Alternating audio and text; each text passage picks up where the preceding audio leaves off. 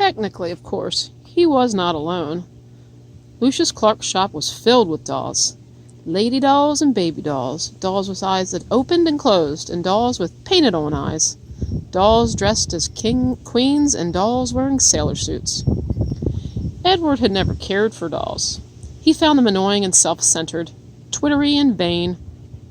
This opinion was immediately reinforced by his first shelf mate, a china doll with green glass eyes and red lips and dark brown hair. She was wearing a green satin dress that fell to her knees. "What are you?" she said in a high-pitched voice when Edward was placed on the shelf next to her. "I am a rabbit," said Edward. The doll let out a small squeak. "You're in the wrong place," she said. "This is a shop for dolls." Edward said nothing. "Shoo!" said the doll. "I would love to shoo," said Edward, "but it is obvious that I cannot." After a long silence, the doll said, "I hope you don't think anyone is going to buy you." Edward again said nothing. "People who come in here want dolls, not rabbits. They want baby dolls or elegant dolls such as myself, dolls with pretty dresses, dolls with eyes that open and close." "I have no interest in being purchased," said Edward. The doll gasped. "You don't want somebody to buy you?" she said. "You don't want to be owned by a little girl who loves you?" Sarah Ruth, Abilene.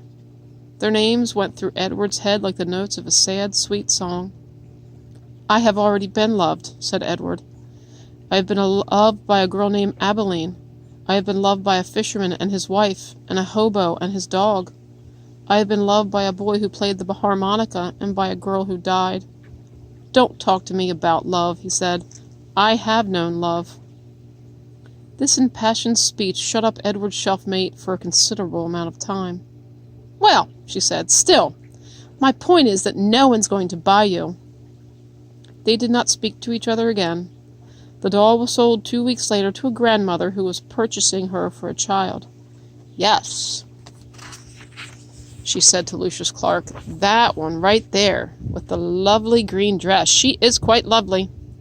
"Yes," said Lucius, "she is, isn't she?" And he plucked the doll from the shelf. Goodbye and good riddance, thought Edward. The spot next to the rabbit stayed vacant for some time.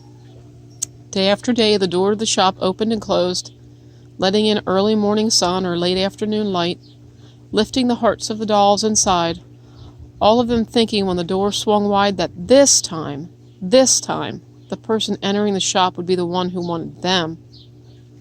Edward was the lone contrarian. He prided himself in not hoping, on not allowing his heart to lift inside of him. He prided himself on keeping his heart silent, immobile, closed tight. "I am done with hope," thought Edward Tulane. And then one day at dusk, right before he closed the shop, Lucius Clark placed another doll on the shelf next to Edward.